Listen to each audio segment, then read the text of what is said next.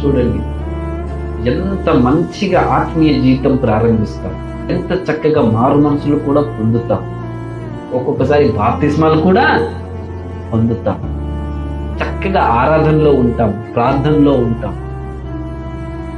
కానీ వెంటనే చిన్న విషయం, ఒక్క విషయమును బట్టి ఇన్ని రోజులు చేసిన భక్తి, ఇన్ని రోజులు చేసిన విశ్వాసపు యాత్ర,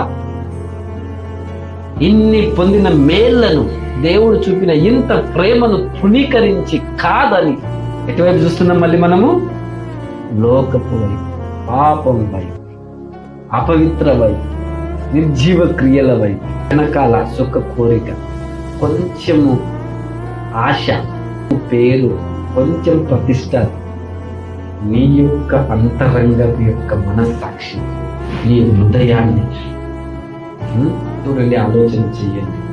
ఒకవేళ నువ్వు తిరిగి పడిపోయావేమో,